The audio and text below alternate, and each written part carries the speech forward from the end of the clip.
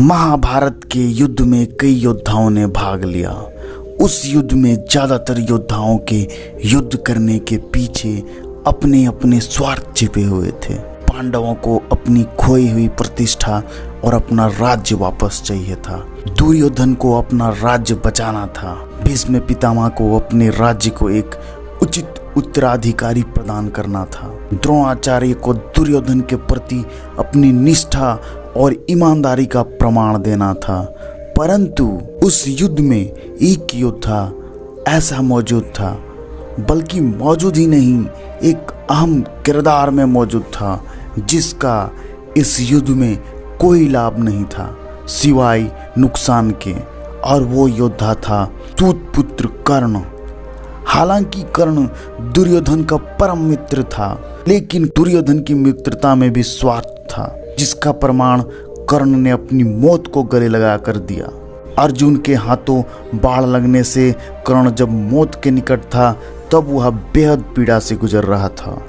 उसके मन में ढेरों सवाल थे, जिसका वो जवाब चाहता था, और अपने प्रश्नों का उत्तर पाने के लिए कर्ण ने कृष्ण को याद किया और कृष्ण को अपने पास आने के लिए निवेदन किया।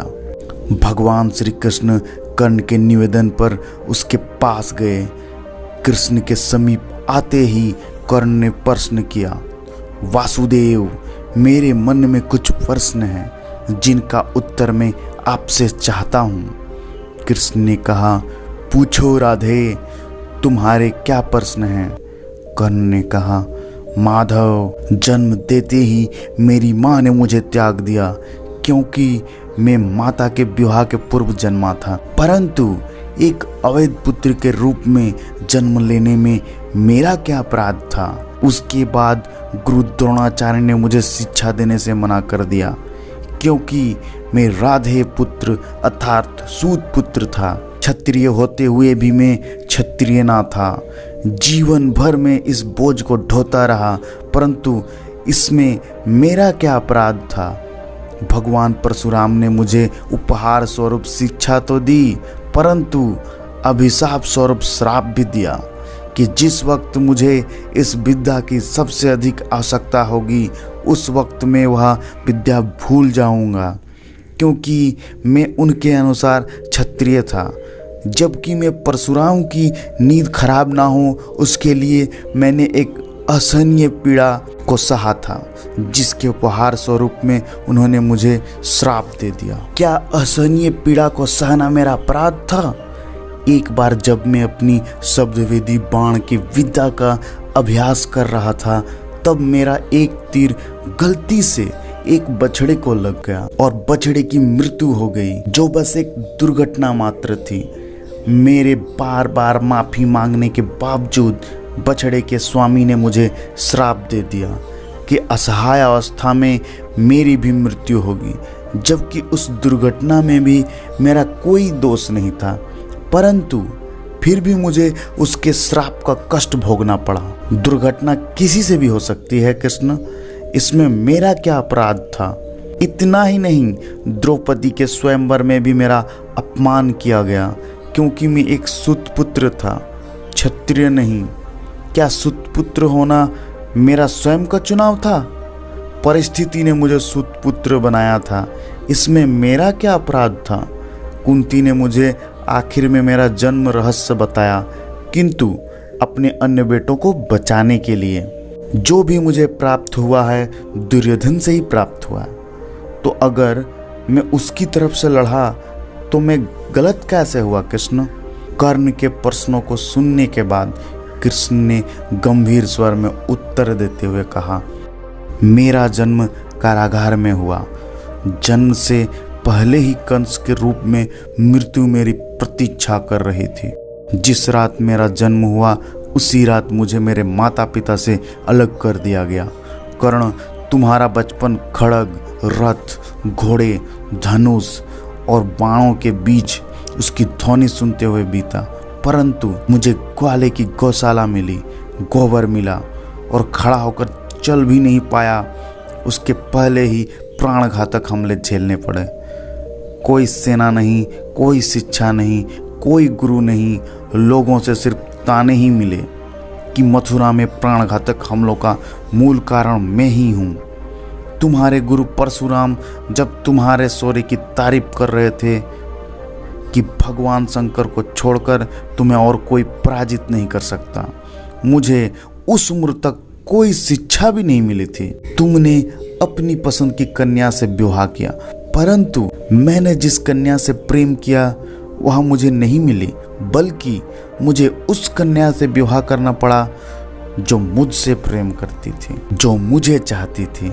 जरासंध से बचाने के लिए मुझे मेरे पूरे समाज को यमुना के किनारे से हटाकर एक दूर समुद्र के किनारे जाकर बसना पड़ा, जिसके लिए मुझे रणभूमि छोड़कर भागना पड़ा और रणभूमि से पलायन के कारण मुझे कायर कहा गया। जरा विचार करो कर्ण, अगर दुर्योधन युद्ध जीतता है तो तुम्हें बहुत श्रेय मिलेगा, धर्मराज युधिष्ठिर जीतते हैं तो मुझे क्या मिलेगा? मुझे केवल युद्ध और युद्ध से निर्माण हुई समस्याओं के लिए दोष दिया जाएगा। कर्ण जीवन हर किसी को चुनौतियां देता है, जिंदगी किसी के साथ न्याय नहीं करती। अगर दुर्योधन ने अन्याय का सामना किया है तो युधिष्ठिर ने भी अन्याय को भुगता है, परंतु कर्ण सत्य धर्म क्या है यह तुम भली भांति जानते हो। कोई बात नहीं, अगर हमारे साथ कितना भी हमारा अपमान हुआ हो और जो हमारा अधिकार है वो हमें ना मिल पाए, तो महत्व इस बात का है कि तुम उस संकट की घड़ी में उस संकट का सामना कैसे करते हो। कर्ण, इस पूरी पृथ्वी पर ऐसा कोई व्यक्ति नहीं है जिसे ऐसा ना लगता हो कि उसकी समस्या सामने वाले से बड़ी नहीं है। हर किसी को ऐसा ही लगता है कि उसकी समस्या की पोटली सामने वालों की पोटली से बड़ी ही है, परंतु यह सत्य नहीं होता कर्ण, क्योंकि हर किसी की समस्या अपने अपने स्थान पर बड़ी ही होती है। लेकिन इसका मतलब यह नहीं कि तुम गलत मार्ग पर चलकर अपनी समस्याओं का समाधान ढूंढने लगो, क्योंकि हमारी प्रकृति किसी को भी अधर्म के मार्ग पर चलने की अनुमति नहीं देती है। और अगर कोई अपनी समस्याओं का समाधान पाने के लिए अधर्म के मार्ग पे चलेगा तो उसका हश्र तुम्हारे जैसा ही होगा। कर्ण अपने जीवन में बहुत दुखी था। उसे लगता था कि उसका जीवन बेहद अधिक कष्टों से बीता, परंतु जब भगवान श्री कृष्ण ने अपने जीवन की तुलना कर्ण से की तो कर्ण समझ गया कि कृष्ण के जीवन के सामने तो मेरी समस्याएं कुछ भी नहीं है। अंत समय में कर्ण कृष्ण का यह ज्ञान सुनकर बेहद तृप्त महसूस कर रहा था और बेहद शांत मन से कर्ण ने अपने शरीर का त्याग किया। कर्ण और भगवान श्री कृष्ण के इस अंतिम संवाद से मैंने जो सीखा वह यह है कि हर इंसान यही सोचता है कि उसकी परेशानी सबसे बड़ी है, वह बहुत सी परेशानियों से जूझ रहा है, उसकी ही किस्मत खराब है। लेकिन अगर हम दूसरों की समस्याओं को देखें, उन्हें ध्यान से सुने, तो हमें हमारी समस्या बहुत छोटी लगने लगेगी। हम खुद को भाग्यशाली समझने लगेंगे। हम अक्सर छोटी छोटी समस्याओं को लेकर अपने जीवन और अपनी किस्मत को कोसते रहते हैं, जिनमें से ज़्यादातर समस्याएं तो ऐसी होती है जिन्हें हम थोड़ी सी मेहनत और दिमाग लगाकर समाप्त कर सकते हैं, लेकिन हम उनके लिए भी हमेशा शिकायत करते रहते हैं। अगर किसी इंसान का वजन ज़्यादा है तो यह उसके लिए एक समस्या है, अगर किसी इंसान का वजन कम है तो यह भी उसके लिए एक समस्या है।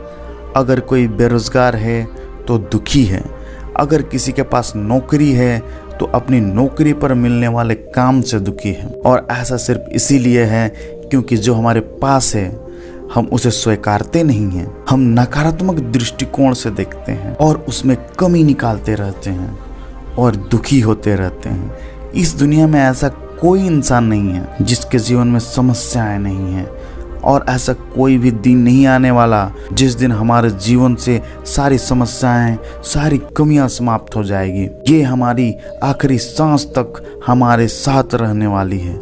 इसीलिए अपनी समस्याओं को नकारात्मक दृष्टि से नहीं बल्कि सकारात्मक दृष्टि से देखें और इनका सामना करें। और समस्याओं का सामना करने का पहला नियम है कि हम इन्हें दिल से स्वीकारें और फिर इनके समाधान के लिए उचित उपाय उठाएं, क्योंकि समस्याओं से बचने का एकमात्र एक ही तरीका है कि उनका समाधान कर दें। धन्यवाद।